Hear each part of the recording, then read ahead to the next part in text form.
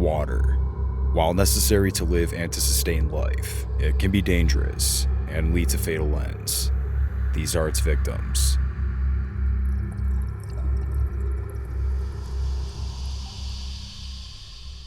It was the summer of 2021. The Ross family, a family of 8, traveled to Quincy, Washington for a getaway.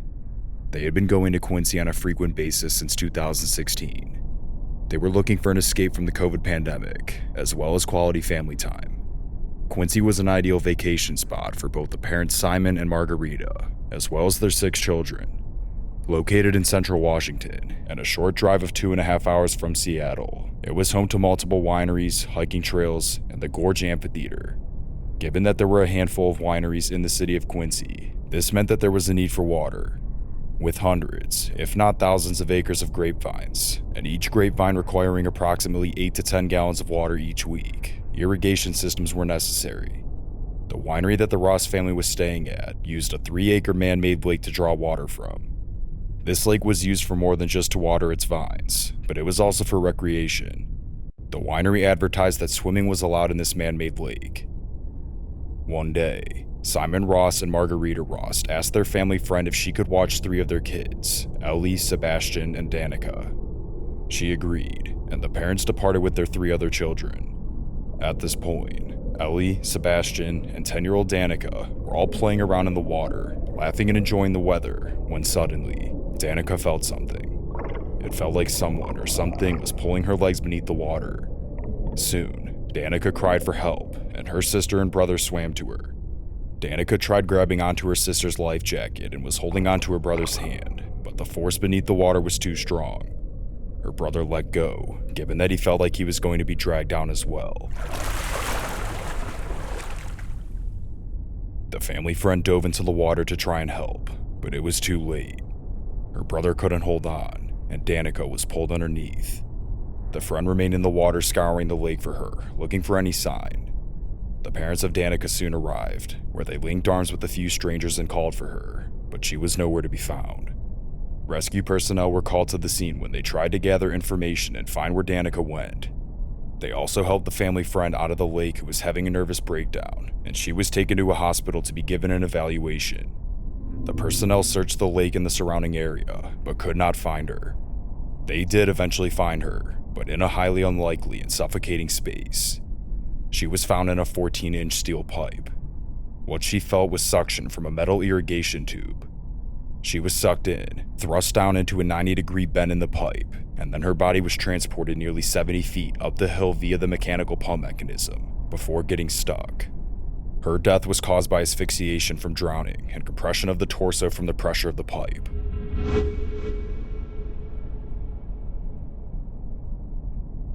Pool suction drain injury, or also known as suction entrapment, occurs when a pool drain is damaged, broken, or when the drain cover is completely missing. This can lead to suction pressure of up to 700 pounds. In extreme cases, it can lead to death. From 1999 to 2008, the Consumer Product Safety Commission reported 83 pool drain accidents. 11 resulted in death. It was the start of summer in 1999. The Minneapolis Golf Club was rushing to prepare the pool so that it was ready for inspection. The certified pool operator, Joe Strom, took notice of some damage to the drain in the kiddie pool and went out and purchased a new drain cover and frame. However, he was under pressure by upper management to have the pool open before Memorial Day. So instead of replacing the old drain frame with the new one, he thought it would be fine to affix the new cover to the old frame. As summer passed, then 2000, then 2001, the old frame remained attached. In 2002, Joe Strom left his position, and the new pool operator's actions mirrored those of Joe Strom. He noticed damage, purchased a new frame and cover, but made the decision to leave the broken frame and just replace it with the new cover. In 2003, Alan Clemish was hired as the next operator of the pool. In 2005, the screw holes were so misshapen that the drain cover wouldn't stay in place. Clemish, a few years later, pushed the plastic anchor in the holes and tried to secure the drain cover with non-stainless steel sheet rock screws. The old frame remained. It did not go unnoticed, though. The Minnesota Department of Health cited the club, stating that the wading pool and equipment were not maintained in a proper operating condition, and the cover for the main drain was not secured properly to the mounting frame. However, the Minneapolis Golf Club did not end up correcting it before Abigail Taylor entered the kiddie pool in June of 2007. It was a summer night. Abby's mom and dad and a few other families were at the pool for dinner. The kids were swimming in the pool, cooling off from the warm summer heat and enjoying themselves. While playing in the kiddie pool, Abby's friend snagged his foot on one of the steel rock screws on the drain cover. The parents tried to push the cover back on, but to no avail. Abby's mom, Katie, grabbed the screw and handed it to the lifeguard, not knowing the repercussions of a loose drain cover. As it was getting later in the day, some of the kids wanted to go for one final swim before leaving. 6-year-old Abigail leaped into the kiddie pool, cooling off for one last time, when she accidentally fell over the drain, fully covering it. The parents called for everyone to get out and change. However, Abby remained. She was slow to get out. She was dizzy, walked sideways, and fell once more, this time hitting her head on the pool deck. She then fell into the adult swimming pool, where she was then pulled out and was going in and out of consciousness. While there was something wrong, the ugly truth of the situation was not known until after she was taken to the hospital and operated on. The parents were informed much later in the night that 21 feet of Abigail's small intestine was missing. Abigail had been disemboweled from the pool drain. The doctors also went to state that she would need a triple transplant surgery. Abigail needed a new liver, small bowel, and pancreas. In the meantime, Abigail would resume the activities of what a normal 6-year-old girl would do. She went to school, attended acting camp, and even attended a Hannah Montana concert. Some days were difficult for her, and life wasn't exactly the same as before. She relied on a feeding tube for nutritional value, and there was also an effort at Concord Elementary School, the school she attended, to support her. People could often be seen wearing Amazing Abigail t-shirts or pink bracelets, which were sold to help raise funds to cover her medical expenses.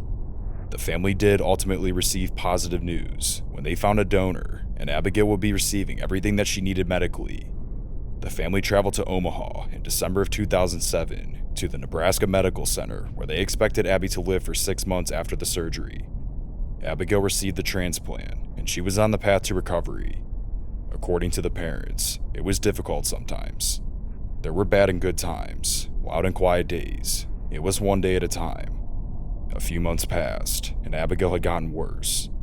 She suffered complications from the transplant surgery and developed a cancer called PTLD, which affects certain blood cells. She had also developed multiple infections, and in 2008, her newly received organs began to fail. Her body was rejecting her liver, and she needed kidney dialysis to remove excess fluid from her body. In total, she had 16 surgeries, and on March 20th, 2008, the fight ended. Abigail Taylor had passed away.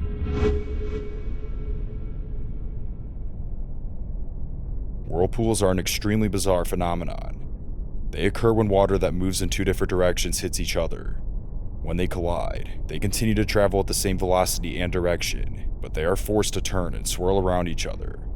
While the danger has been overblown in entertainment, such as 20,000 Leagues Under the Sea or Pirates of the Caribbean, they can still be dangerous and lead to death. Jacob Cockle was born and raised out of Penzance, UK. Penzance is a port town with a rich history dating back to the 16th century. It was a small town with a population just north of 21,000. Everyone knew everyone. It was a very close-knit town. Jacob enjoyed his childhood. He would often visit Gwynver Beach, where he would surf and hold barbecues and get-togethers with his friends. Jacob was also the youngest of 4, the brother to Grace, Laura, and Joe. He developed a strong bond with Grace, who was 3 years older. As children, they created a secret language together, but Jacob never did any of the talking. Instead, Grace would do the talking for Jacob, leading people to think he had a speech problem. As they grew older, Grace, in the summer of 2001, was working at a children's camp in France when she started to get nasty headaches. She was unsure of what was going on until a visit to the doctor, who told her that she had a brain tumor. Grace began radiotherapy, and the bond between her brother Jacob and her grew even more. But it was only a matter of time until Grace would pass. The tumor was removed for 6 months, until it came back. Grace died on September 18, 2002, at the age of 20. Jacob, after the death of his sister, wanted to live life to the fullest. A board in his bedroom confirmed this. It read, "I am becoming a world-famous photographer and filmer. I will concentrate my mind on this desire for 10 minutes daily for the purposes of determining just how I shall transform it into reality. I will permit nothing to interfere with my doing. With these bold ambitions also came a daredevilish way of life. He would jump from tall buildings and into water, normally with his camera in hand. He leaped from the third story of Abbey Warehouse in Penzance Harbor, and in another instance jumped into the water and was almost crushed by a passing ship. However, how he lived may have been beneficial to his art. Willing to do anything for the perfect shot, he won awards from National Geographic and the Sunday Times. But with the accolades and his photography prospering, it would all come to an end on May 28, 2013. On that day, Jacob had heard of a whirlpool that had formed in the Hale estuary. With that information, he rushed over to David Rain's house, who was a friend of his, already prepared to go. Dressed in a wetsuit and supplied with a camera, he needed someone to film him at the whirlpool, so David agreed. The Corn Soup Pool in the Hale estuary contains a man-made whirlpool.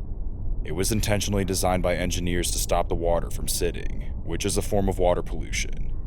Once David arrived, Jacob was already in the water, treading near the whirlpool. In awe of it, David got the film equipment, turned it on, and 28 minutes of footage was captured. Within that time, Jacob was getting footage of the whirlpool up close, from beneath the surface, from above, and from the inside of the whirlpool. He wanted to capture every single angle of it. After getting all the footage that he wanted, he gave the camera back to David, and David captured Jacob circling the pool wearing a horse mask. Jacob was making light of a situation that could have been much more dangerous if he wasn't in a wetsuit. Wetsuits provide buoyancy, and in this case, enough to counter the whirlpool's strength. Jacob was bobbing up and down, and around the whirlpool, having fun, witnessing a whirlpool that was weakening in strength. However, what Jacob did next completely removed the protection that the wetsuit offered. Jacob made sure the camera was on, dove down, many feet below the surface, to capture it. The whirlpool then sucked him in and spat him out. David called out his friend's name, but there was no response. David began to get worried and ran to the end of a quay, asking a fisherman if he saw anyone, but he didn't see anybody. Then David saw Jacob, floating, face down. David jumped in the water and swam to him, already knowing what happened. A year after Jacob's death, the engineering system that the Hale Harbor used was disbanded, which meant that the whirlpool which killed Jacob was gone forever.